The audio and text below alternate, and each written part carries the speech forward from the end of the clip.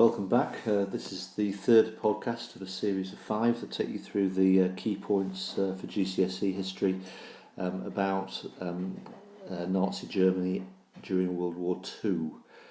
Okay, so in the first podcast we looked at the causes of the war, and then in the second podcast we looked at the early years of the war.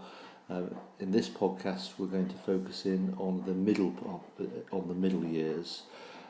So first of all, as you can see from the strand of the mind map there, we'll look at the year 1942 and then we'll move on to 1943 in a second.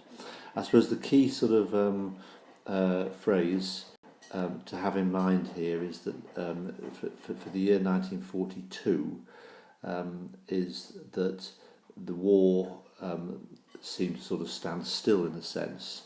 Neither side appeared to be winning. It just seemed to have hit the balance in 1942. So if you kind of imagine the big picture of World War II, the early years, 1939 to 41, Germany was doing really, really well. The middle years, 1942, was in the balance. 1943, it began to turn against Germany, and then 1944 and 1945, it was the end of the Third Reich. Okay, so that's the sort of key trends. Okay, so 1942 in the balance. On the surface, Germany was still winning the war. Okay, we finished off the last podcast with a map that showed you the astonishing success of Germany up to that point. They controlled virtually all of Europe and much of European Asia. Okay, remember they had advanced all the way up to Moscow, and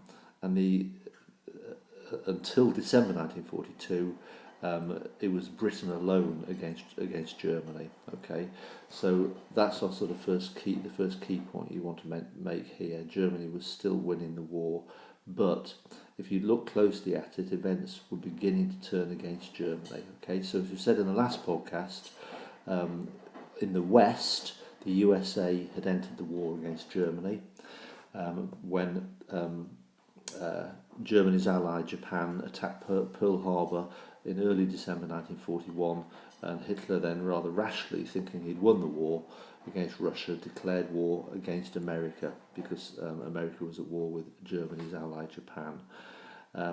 Now, that didn't have any obvious impact for some time, but America immediately started sending military troops over to Britain, to her ally Britain, to prepare for an invasion of Nazi-occupied Europe from the West. And that didn't happen until 1944, but nevertheless the preparations had begun.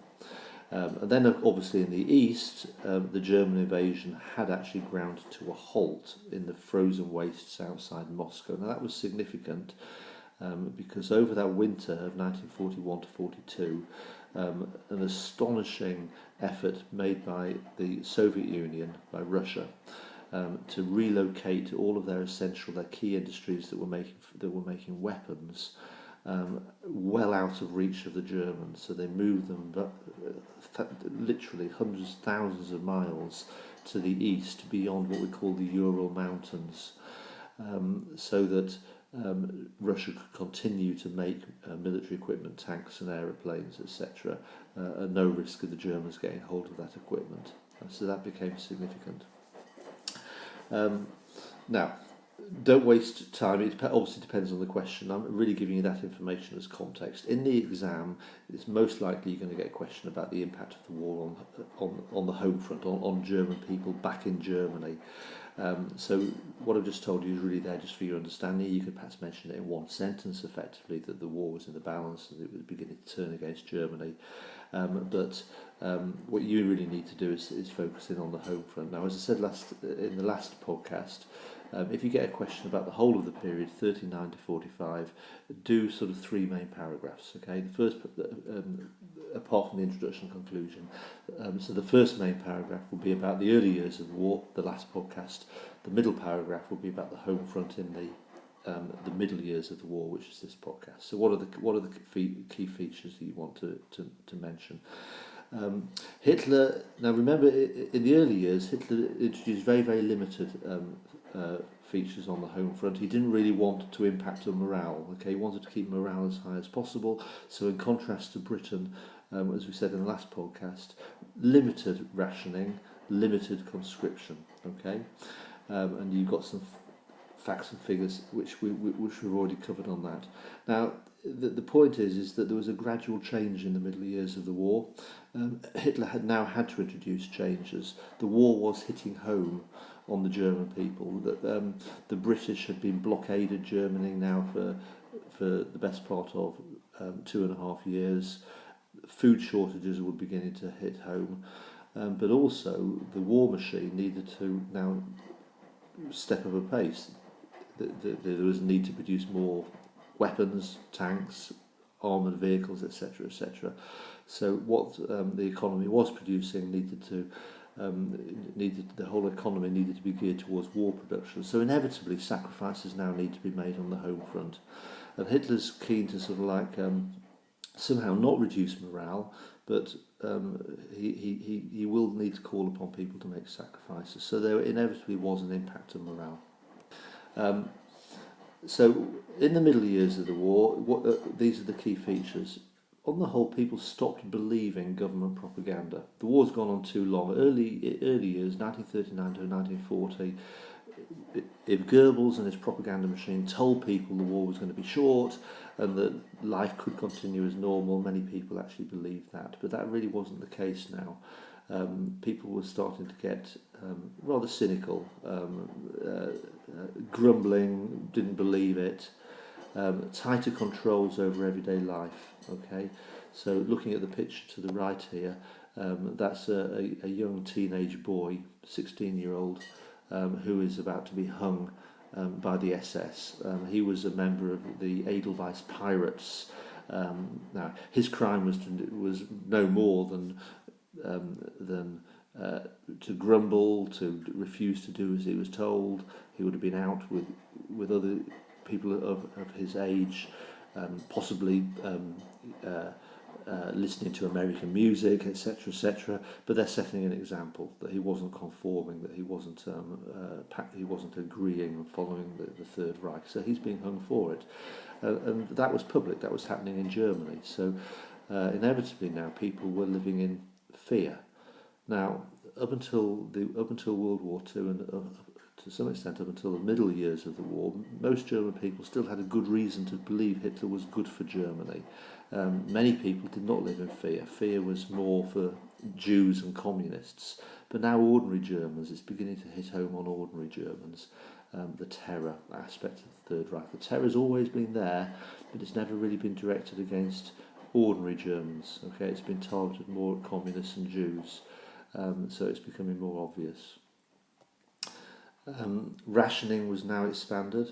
Okay, so again, just learn those facts. So we gave you the items that were expanded in the early years, that were rationed in the early years of the war, but it's now expanding to include additional items. And likewise, conscription was expanded.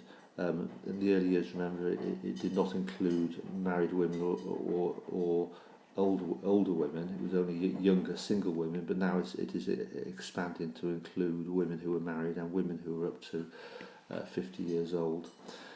So more and more women are being conscripted into the factories. Okay, and then the year 1943, I should say 43, was really the turning point. Okay, so the key point to really talk about here was this big speech, February 1943, by Joseph Goebbels. Make sure you mention that. Give the facts. It's often called the Total War Speech, because that was the speech. You can see him to the right there, speaking in the Sportpalast in Berlin. Again, little details like that score you marks, where he called upon the German people. He sort of let it out of the bag. We may not win this war unless the whole country makes really big sacrifices now, and so he is laying it down to them that effectively this is not an easy war, it's turning against us, we require you to make big sacrifices.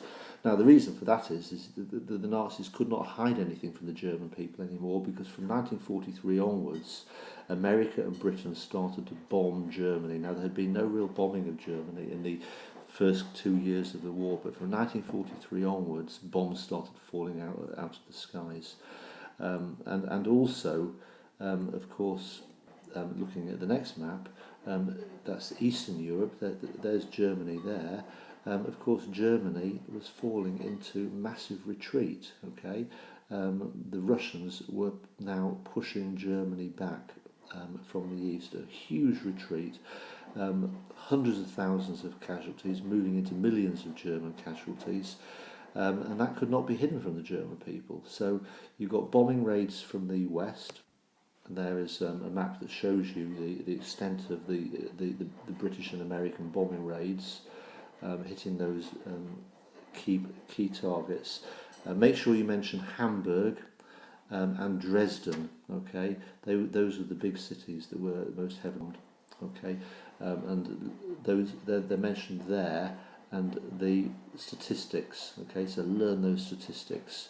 35 to 40,000 people were killed in each raid, and that's in each raid, and they were happening on a daily basis. 1/3 German civilians were killed, 750,000 were injured, 2 million homes were destroyed, and there is a picture to the right there of Hamburg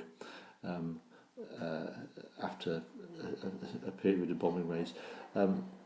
I mean, Britain obviously had it bad, but nowhere near to the extent of these bombing raids on Germany. I mean, the casualties were absolutely shocking. I mean, the homelessness, 2 million homes destroyed.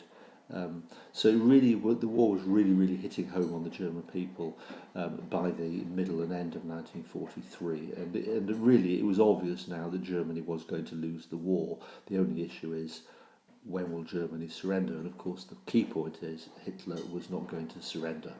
He was going to fight to the end, which was very different from World War One. So there's again just a few questions.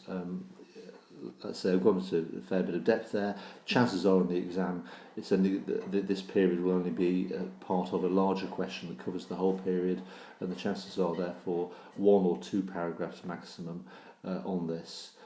But the point is, don't write in general terms. Make sure you pepper the paragraph or paragraphs on this with factual information. So that those 6 questions there are just focusing you on some of those key facts. And obviously, as you know from previous podcasts, the next slide has got the answers. So just have a go at those, pause the podcast, and then play the answers. And there are the answers. Okay, thank you very much. Move on to podcast 4 now, which is about the end of the Third Reich, the last 2 years of the war, 1944 into 1945. Thank you.